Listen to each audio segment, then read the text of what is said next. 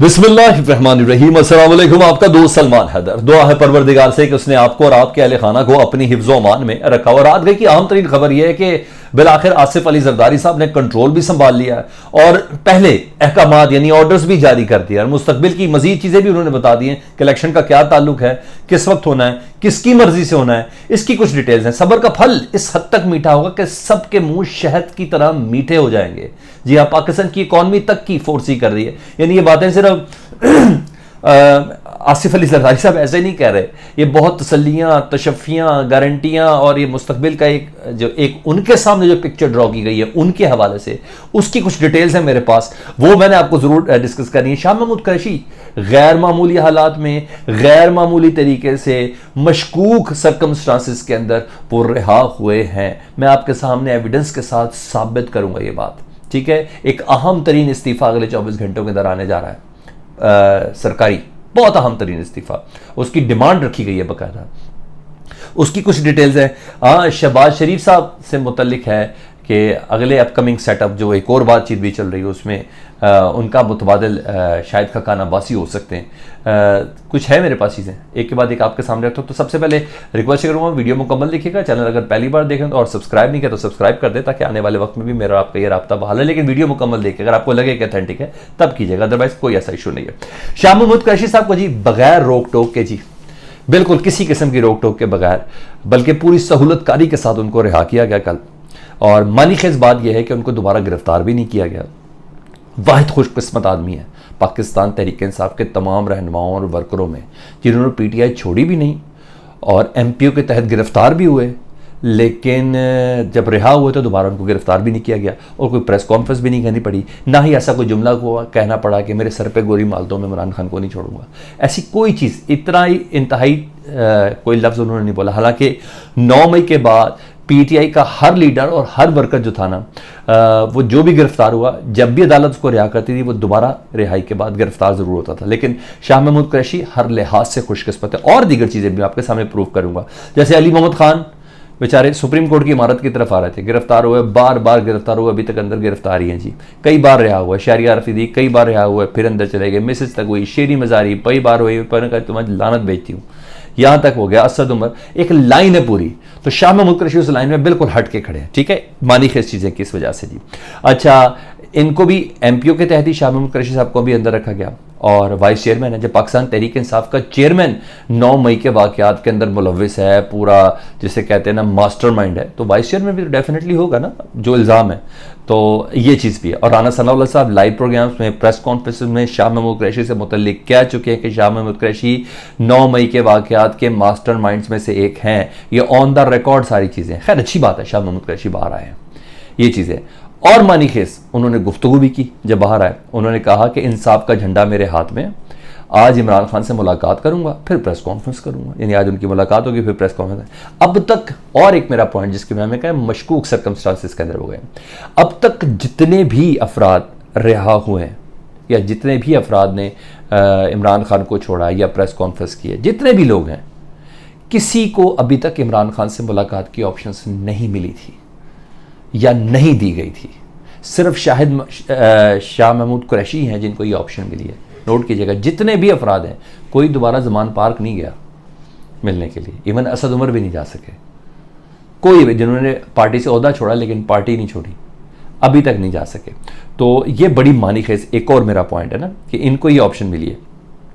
अच्छा, हो सकता है अब मेरे पास ऑप्शंस क्या है जो हम दावत फ़िक्र तो एक दूसरे को दे सकते हैं ना, कि शाह महमूद कुरैशी साहब को पैगाम रसानी कर सकते हो, उनको कोई पैगाम दिए गए। उन्होंने कहा है मैंने 1 महीना बहुत जल्द जेल में सोचा और मुझे बहुत सी चीज़ें सोचने समझने का भी मौका मिला।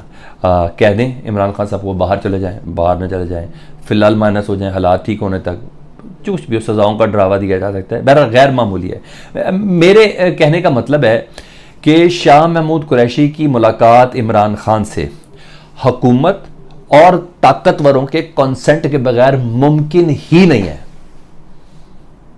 मैं इस बात पर खड़ा हूं कि शाह महमूद कुरैशी जो आज इमरान खान साहब से मुलाकात करेंगे, उसके बाद जो प्रेस कॉन्फ्रेंस करेंगे, हुकूमत की मर्जी और ताकतवरों की मर्जी के बगैर शाह महमूद कुरैशी की मुलाकात नहीं हो सकती। तो इसलिए यह गैर मामूली है जिसकी बिना पर मैं ये कह रहा हूं। बहरहाल हो सकता है कि मुज़ाकरात का कोई रास्ता खुल जाए, वैसे भी इमरान खान साहब उनको कह चुके हैं, अगर मुझे अंदर किया गया या मुझे नाइल का, तो पार्टी को क़यादत शाह महमूद कुरैशी संभालेंगे, तो उनके जानशीन वही होंगे। तो पावरफुल हलकों के कॉन्सेंट के बगैर ये मुलाकात नहीं हो सकती।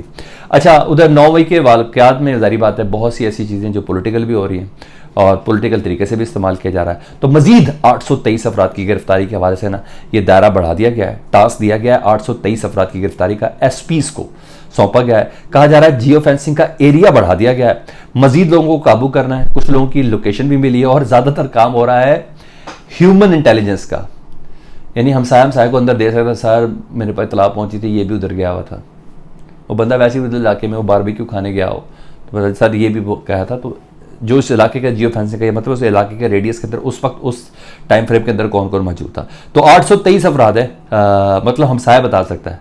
मैंने मीटिंग में ये फैसला कर लिया कि जिससे मुतलिक मैं आपको आगाह कर रहा हूँ। एक और ख़बर जो मैंने कहा मैं आपके साथ शेयर कर दूं, मुस्लिम लीग नून में ग्रुप तो है, ये सबको पता है, दिल की बात ज़ुबान पर भी आई। मैं आपको एक थोड़ी हिस्ट्री क्लियर कर दूं जो विद इन मुस्लिम लीग नून बहुत ज़्यादा अंडरस्टैंडिंग है। अगर आपको नहीं पता तो मैं आज आपको बता देता हूँ। शहबाज शरीफ साहब को ना 12-13-14 महीने पहले वज़ीर आज़म नहीं बनाया जा रहा था।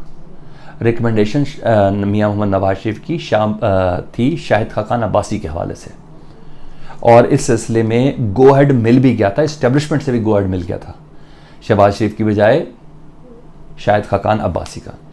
और शहबाज शरीफ साहब ने कहा नहीं भाई मुझे बना दे, मैं सारे मामला तय कर दूंगा। तो शहबाज शरीफ की बजाय शहबाज शरीफ के हाथों नवाज शरीफ साहब बाकायदा तौर पर मजबूर हुए थे।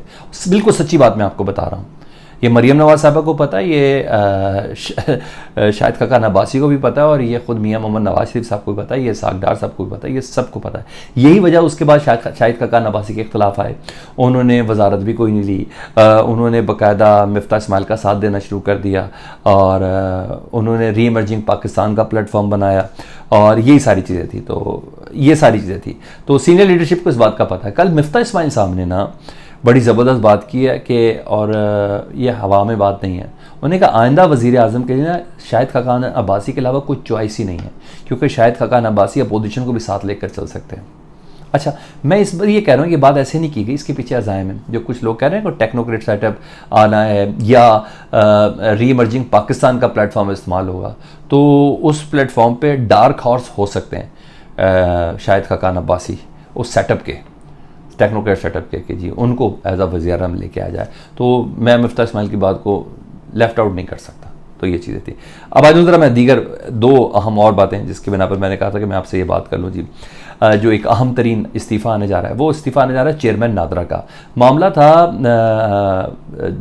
साबिक आर्मी चीफ जनरल बाजवा साहब और स्पेशली जनरल आसिम मुनीर साहब के ना कुछ डाटा वगैरह लीक हुआ था नादरा से, और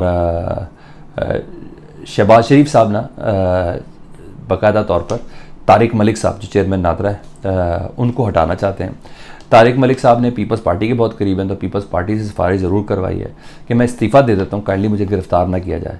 तो तारिक मलिक ने पीपल्स पार्टी से सिफारिश तो करवाई है, और पीपल्स पार्टी ने राना सनाउल्लाह को कहा कि क्योंकि आपकी वजारत आती है तो प्लीज़ आपने इनका इस्तीफ़ा मंजूर कर लें, इनको गिरफ़्तार नहीं करना। तभी उस बारगेन के तौर पर उन्होंने जो नजम सेठी है उनकी जगह चेयरमैनशिप जो है वो अशरफ साहब को देने के हवाले से बात की है। तो ये इस वजह से बात हुई है। तो चेयरमैन नादरा आने वाले 1-2 दिनों के अंदर इस्तीफ़ा देना चाह रहे हैं। गिरफ्तारी होती नहीं होती है, ये जरदारी साहब की बात हुई है इस सिलसिले में, इनको गिरफ्तार नहीं करने, क्योंकि 2 आम तरीन शख्सियात के उन्होंने डाटा लीक किया, ये खबर चल रही है।